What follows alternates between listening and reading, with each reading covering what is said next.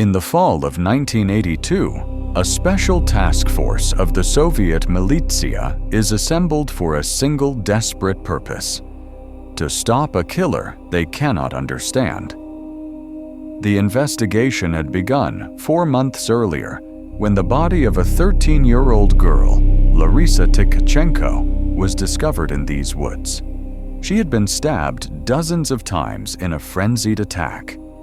But one detail stood out, a detail that would become a terrible signature. Her eyes had been gouged out. There is an old Russian superstition that the last sight a person sees is imprinted on their eyes. Was the killer trying to hide his own reflection? Or was this something else, something more ritualistic? Soon, 2 more bodies were discovered near railway tracks in the Oktyabrski and Shakhty districts. All bore the same wounds: frenzied stabbings, sexual assault. And the eyes, always the eyes. A pattern was emerging, but it was a pattern that defied all logic. Faced with such brutality, the investigators' first theories spiraled into the realm of the grotesque. Was this the work of a satanic cult, performing dark rituals in the woods? Or perhaps a gang harvesting organs for the black market? Their most persistent lead focused on a group of boys from a local home for the mentally handicapped. The press, catching whispers, dubbed the investigation the Case of the Fools. But none of these theories panned out. The evidence didn't fit. The fools had alibis. There was no black market for the organs that were taken. The investigation was hitting a wall, built not just of a lack of evidence, but of a deeper, more profound failure. This was the Soviet era. And in the Soviet Union, local investigators were simply not prepared for a predator of this caliber.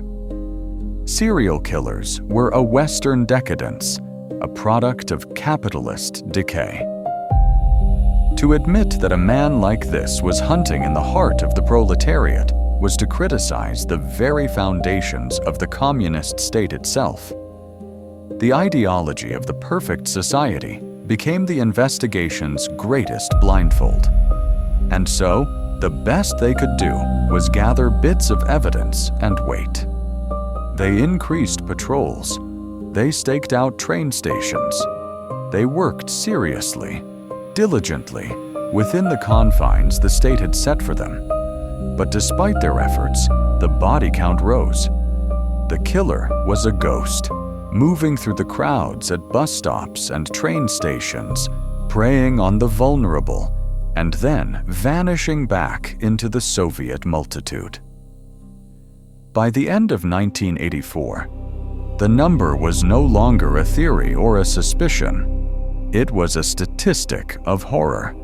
4 years earlier, and hundreds of kilometers away, the first spark of the coming inferno had already flashed. But no one was looking. In the industrial town of Lysychansk, a quiet, unremarkable man named Andrei Chikatilo works as a supply clerk. He is a member of the Communist Party. To his colleagues, he is pedantic, awkward, but harmless. On a cold December day in 1978, he sees 9-year-old Yelena Zakotnova. He lures her to a dilapidated shed he uses as a private retreat, promising her a gift. What happens inside is a frenzy of violence. He stabs her repeatedly with a knife, later claiming a red mist descended over his vision. It is his first known kill. The pattern of overkill is established from the very beginning. The police had their suspect, but the system demanded a swift, certain resolution, not a complicated truth. A known local criminal and sex offender, Alexander Kravchenko, was arrested.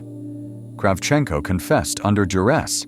He was tried, convicted, and executed. The case was closed. The file was sealed. The real killer was free. Emboldened by his escape, Chikatilo moved to Rostov.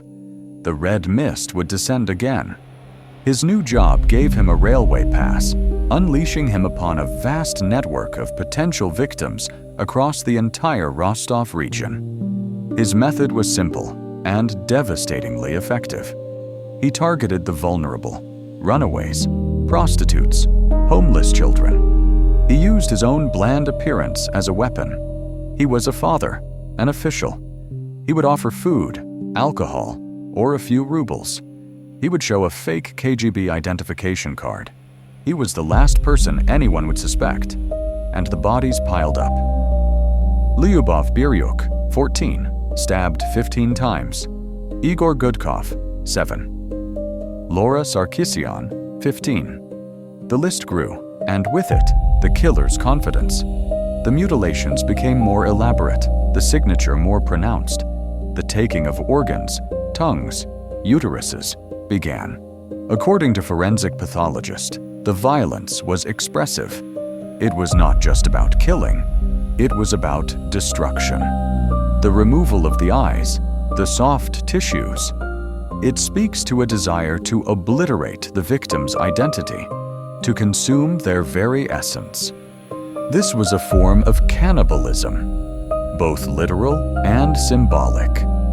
Back in Rostov, the case of the fools was a dead end. But the rising body count could no longer be ignored.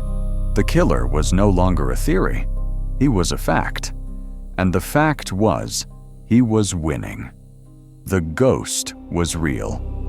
And he was hunting in a system that was still refusing to see him. The investigation was about to take a darker, more desperate turn. By late 1983, the Forest Strip Killer was a phantom haunting the entire Rostov region. The public remained officially unaware, but on the streets, a nervous whisper began to spread. Parents kept their children closer. The investigation, once a scattered effort, was now centralized under a single, determined man. Investigator Viktor Burakov understood they were not just hunting a man. They were hunting a shadow. Their only advantage was sheer, grinding persistence.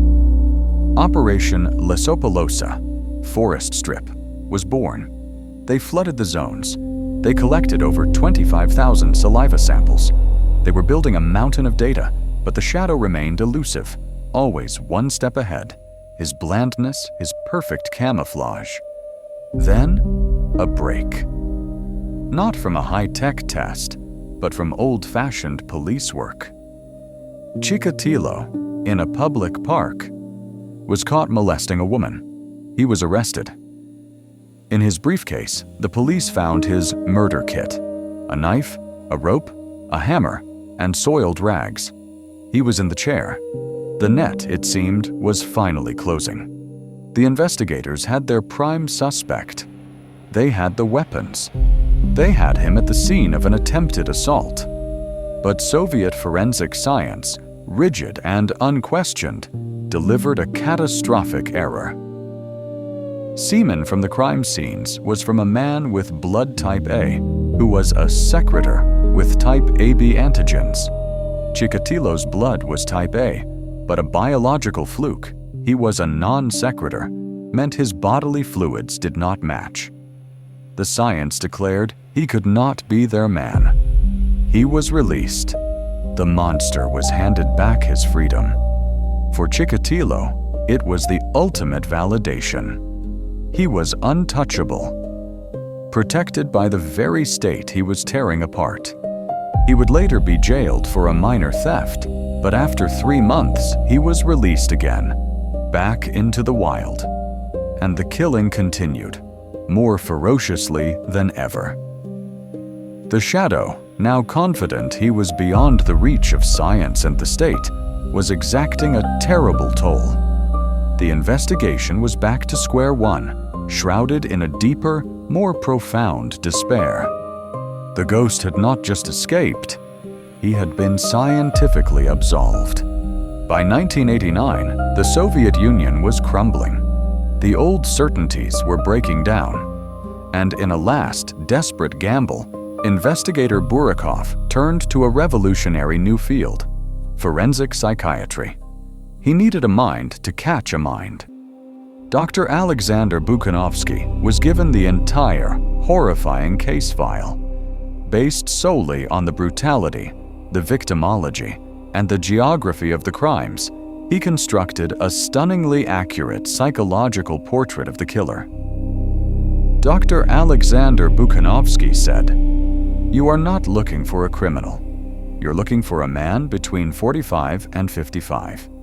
He is married, has children, and appears completely normal. He is likely well-educated, perhaps a teacher or a low-level official. But he suffers from severe sexual dysfunction, likely impotence.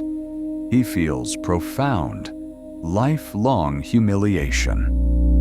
The killings are his perverted substitute for intimacy. He will be compulsive. He will keep souvenirs from his victims." The profile was a lightning bolt. It shifted the entire investigation. They were no longer hunting a thug in the shadows, but a seemingly respectable man hiding in plain sight. The list of suspects was torn up. They began again, now focusing on railway clerks, teachers, factory officials. The net, this time, was woven with a finer, stronger thread. And one name floated to the top. The name of the man they had once held. The man with the murder kit. The man whose biology had betrayed them. Andrei Chikatilo. The surveillance was relentless. And on a cold November day, the shadow made his final move. He was seen actively hunting, luring a potential victim. The order was given. The ghost of the Rostov forest was finally, quietly, captured. This time, there would be no release based on flawed science. This time, they would confront him not just with evidence, but with the truth of his own mind. For days, he was silent. Then, Dr. Bukhanovsky himself was brought in. He sat with the killer, not as an interrogator, but as a confessor. He spoke softly, articulating the killer's own tormented motivations, his humiliation, his rage. Faced with his own reflection, the monster broke. The confession poured forth, a torrent of horrific, graphic detail. He spoke of the stabbings, the mutilations, the eyes, the cannibalism. He confessed to 56 murders, his voice a flat, emotionless monotone. The polite stranger was gone, replaced only by the stark, chilling truth. The trial of Andrei Chikatilo was not a legal proceeding. It was a national exorcism. To contain the beast they had created, the state caged him like one, a spectacle unseen since the Middle Ages. The father of a victim yelled, "Monster! Why? Why my child?" For weeks, the cage was his stage. He was screamed at, cursed, and had objects hurled at him. And Chikatilo, in turn, fueled the chaos, shouting back, taunting the families, and at one point, slicing his own wrists with a hidden piece of metal. It was a grotesque theater of grief and defiance. The state's case was a mountain of pain. 222 volumes, containing the story of every stolen life. The judge was required to read the details of every single murder into the official record. The recitation was a relentless, grinding hammer of justice, forcing the court to confront the sheer, industrial scale of his brutality. The judge declared, "And for these 52 proven acts of murder, characterized by exceptional cruelty and depravity, the court sentences the defendant, Andrei Romanovich Chikatilo, to the ultimate penalty, execution by firing squad." On a cold morning in February 1994, in a soundproofed execution chamber in Novocherkassk, Andrei Chikatilo was led to a concrete wall. A single shot rang out. The monster was gone. But the silence he left behind was filled with difficult questions. the man who had peered into his mind was left to grapple with the legacy. Buchanovsky had identified the trajectory: a traumatic childhood, deep-seated humiliation, sexual dysfunction, and the final, horrific fusion of violence and sexual release, what he termed the Chikatilo phenomenon. His work did not end with theory. In a controversial and groundbreaking move, Buchanovsky began operating a clinic, aiming to identify and treat what he called killers in embryo, young men displaying the same dangerous psychological patterns. Dr. Alexander Buchanovsky said, "Humiliation is the key trigger. The question is not just, how do we punish? But can we see them coming? Can we intervene before the void is filled with blood?" The case left an indelible scar.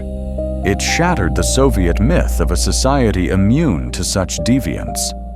Worse, the knowledge that an innocent man, Alexander Kravchenko, had been executed for Chikatilo's first murder forced a painful national reckoning, contributing to Russia's eventual moratorium on the death penalty.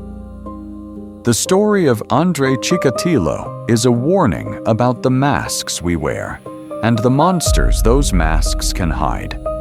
It is a lesson in the cost of ideological blindness and the profound danger of the unnoticed, the humiliated, the man who feels he has nothing left to lose. The forests of Rostov have grown quiet. The ghost has been exorcised, but the echo of his rage remains, a chilling reminder of the darkness that can grow when trauma and a failing system combine. An echo that demands we look closer, not at the monsters in the shadows, but at the quiet, wounded man in the light.